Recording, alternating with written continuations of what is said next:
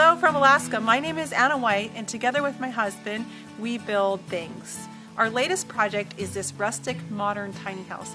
Before we pop inside, a couple of exterior elements. We've got the cedar channel siding, and we've got standing seam metal roofing as the main siding. If you'll notice, the way that it's framed, header that goes over the wheel well is the same header over these windows, so it made it really easy to frame, and it saves some weight and it saved a lot of lumber to do it that way. This tiny house is stick framed on a 24-foot long, 8.5-foot wide trailer. Simple and classy on the outside. Let's go on in and check out the inside.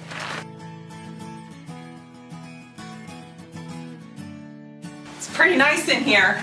We have a nice little entryway area and for hanging your coats.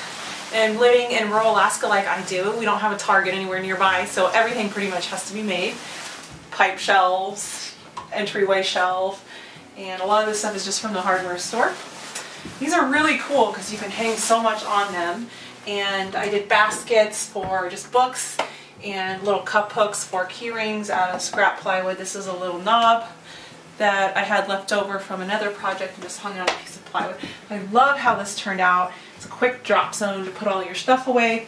You'll notice there's a shoe bench right away, and it also acts as a step into the kitchen, but there's a third purpose, and we'll get to that in a minute. There's also these cover bins here for boot storage, and they're just on casters. Because we live in Alaska, all of the plumbing, all of the tanks, everything has to be inside the trailer. That's why we have a raised kitchen floor. So, but there is some extra space in there. So what I did is these drawers are only, about 1.5 feet deep, and then there's all the space in behind that you can put out of season gear, snowboards, suitcases, whatever you want can go in the back there. And the same is true for that one. They slide really nice.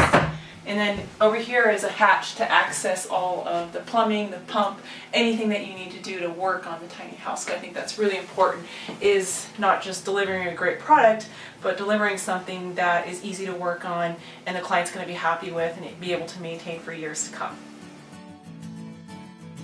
So moving along into the tiny house, I had one big ask for this tiny house, and it was he wanted it to feel open. And so I worked really hard to find clever ways of accomplishing all the little tasks that need to happen in a tiny house while maintaining this wide open space that is just amazing. If we're going to create this wide open space, we have to have somewhere for the bed to go. So my solution for the bed was just to raise it up. And I accomplished this for about $500 with off-the-shelf parts from the hardware store, just some sliding door hardware, and a garage storage lift. And I'll show you how it works.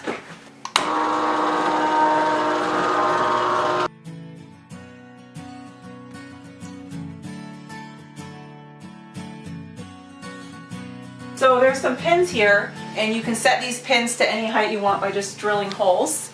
And you can see there's slack in the cable because the bed is not being held up by the garage storage system anymore. It's being held up by these pins, and you can see it's extremely sturdy. There's absolutely no wobble.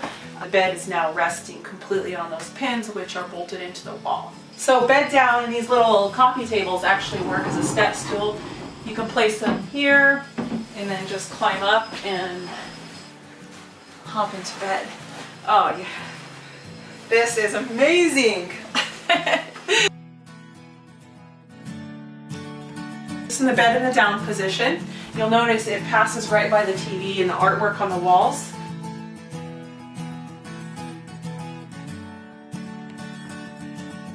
The client wanted 3 things out of the seating.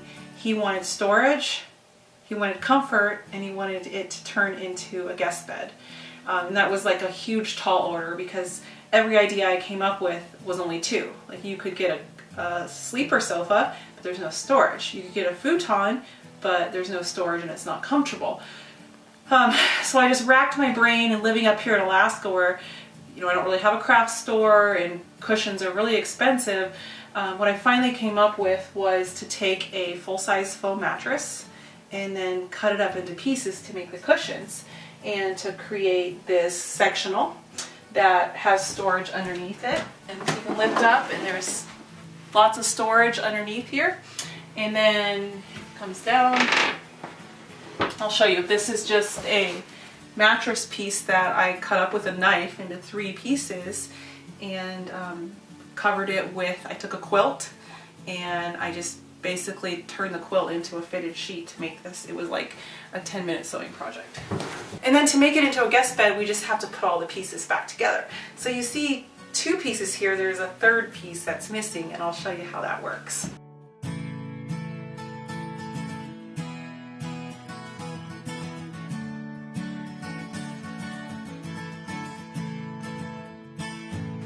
Remember I told you this guy had a 3rd purpose. So it's perfectly sized, and then for the cushion, this nice little backrest that we have. Now we have a full-size real mattress. It's very comfortable with all the storage underneath it. It's easy to make. Just throw a sheet on it to keep the pieces together, and your guests have a really comfortable place to sleep. And we're in bunk mode.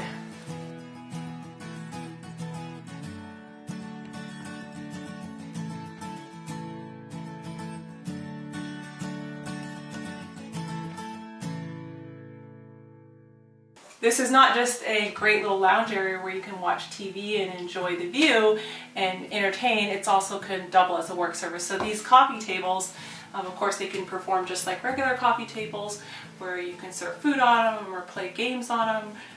You've seen us use them as a step stool, but there's more to it than that. They have storage, so you can put lots of things inside of them. There's a cushion on them so they can double as a lap desk. You can put your laptop here and work, you can eat here. There's just a lot of options with them. You can sit here and you can have like a table on your sofa. They're very versatile and they serve a 3rd purpose. You can flip them over and they can become a chair. So another challenge with this tiny house is the client wanted a desk and a table and some storage. And we've achieved the storage here now for the dining and the workspace. We really have this open area left. This tiny house is the first time that I've ever had the problem of too much space. I really didn't know what to do with it, and I certainly didn't want to eat all this space up with a giant table. And I knew I needed storage. So I started with the storage first, and we just built this bookshelf right over top of the wheel well. And I wanted to kind of hide some of the things in it. So I built these barn doors that slide, and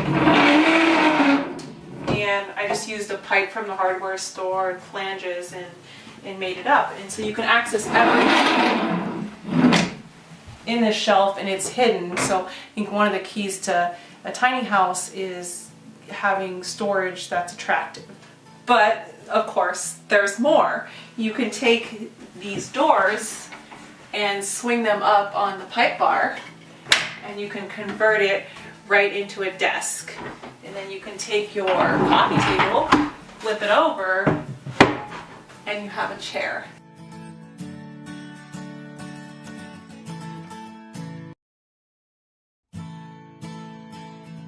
Of course, it does even more than that.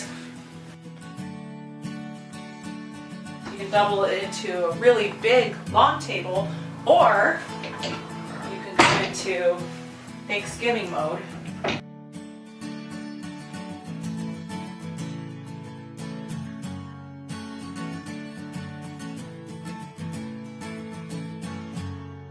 You can go with 1 desk, 2 desks, double it up to make a tiny table. I really love it in this mode because you can have a his and hers desk.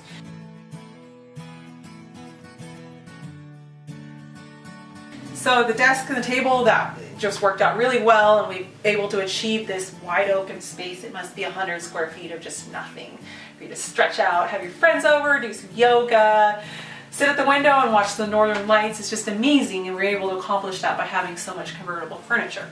So this piece here is part of the entryway, and it's got some cubbies for sunglasses, hats, gloves, your phone, whatever.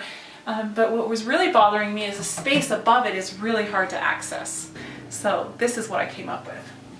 So one of the things that's been keeping me up at night in this kitchen is, where is the cereal box going to go? Because you wanted all open cupboards above the cabinet. You can't have a cereal box sitting out. And so this is what I came up with. You can just pull this cupboard out that's part of the entryway, and it's a pantry.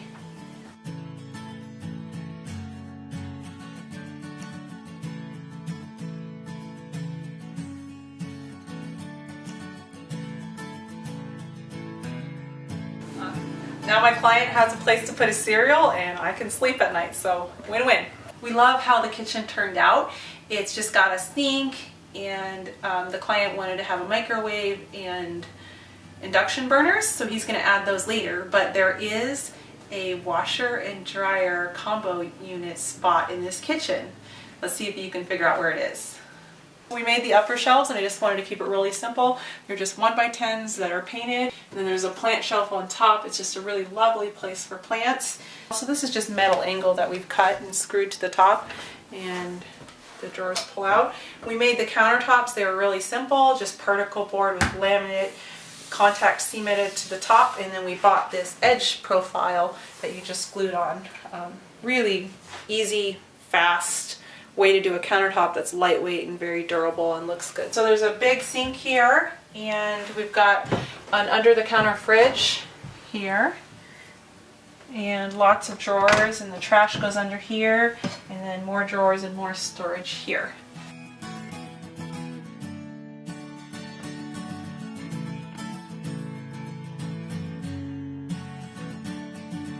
We had to frame up a wall between the kitchen and the bathroom, and I thought, why not create a storage center in that wall? So this is just 1x6s, and it's actually the structure for the wall, and it's storage. So it's a great place to put little snacks.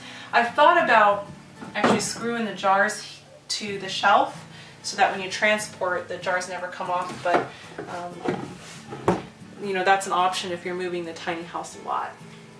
And then we've got a barn door that we built on a slide for the bathroom, so you could shut the bathroom off pretty easily. And there's a little bit more storage in this wall here. And another thing is the shower fixture is here, so you can remove this panel if you ever need to work on your shower. You have an access panel. There's no window into the bathroom, so on the upper part of the framing we just cut pieces of plexiglass and put it in there to allow light into the bathroom. So we have a water heater. It's an easy tankless. It was really easy to hook up. Can't wait to see how it works out. And then we have a composting toilet. And since the composting toilet was pretty high, I made this squatty potty stool that you can use, and it can pull out to be used, and then it can be put away quite easily. So we needed somewhere to hang clothes in this tiny house, but I was really out of space. So I thought, what about that wasted space in the shower? What if we put a closet that was hung on the ceiling on a slide, and then you could slide the closet over and use it just like a regular closet. When you're showering, it can actually go over the toilet. Somebody commented and had this idea to cover the shower head, so if it ever leaked, it would come down the shower curtain and it would protect your clothes. So when the closet's in the shower position, the shower head is always protected by the shower curtain. So there's much less of a moisture problem. And then when you want to shower, you can simply unhook it and then bring it back over here and hook it.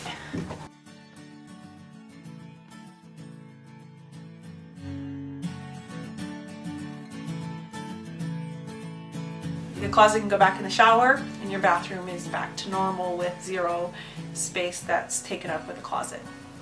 So that's the bathroom, and that's pretty much the entire tiny house.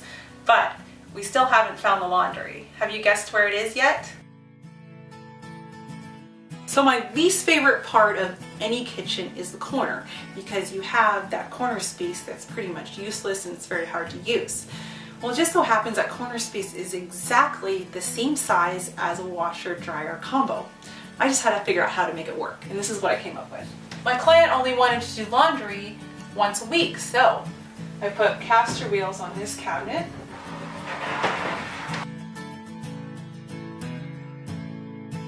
And then there is a spot for a washer-dryer combo here, perfectly sized. The hookups are underneath the sink, and you can still access over here the closet to put your laundry away. It pulls back in place, and you never even know there is a laundry center right in the middle of your kitchen. We love how this tiny house turned out. It really has it all. There's even a place for your favorite cereal. The elevator bed was a huge win. The sectional sofa, bed, lounge area, it was just so comfortable. It had the storage. It really worked out well. The console table with the fold-out tables and the storage and the desks, that's just awesome. We love how that turned out. The kitchen really flows nicely, and having the hidden laundry in there, in the bathroom with the hidden closet. What more could one ask for?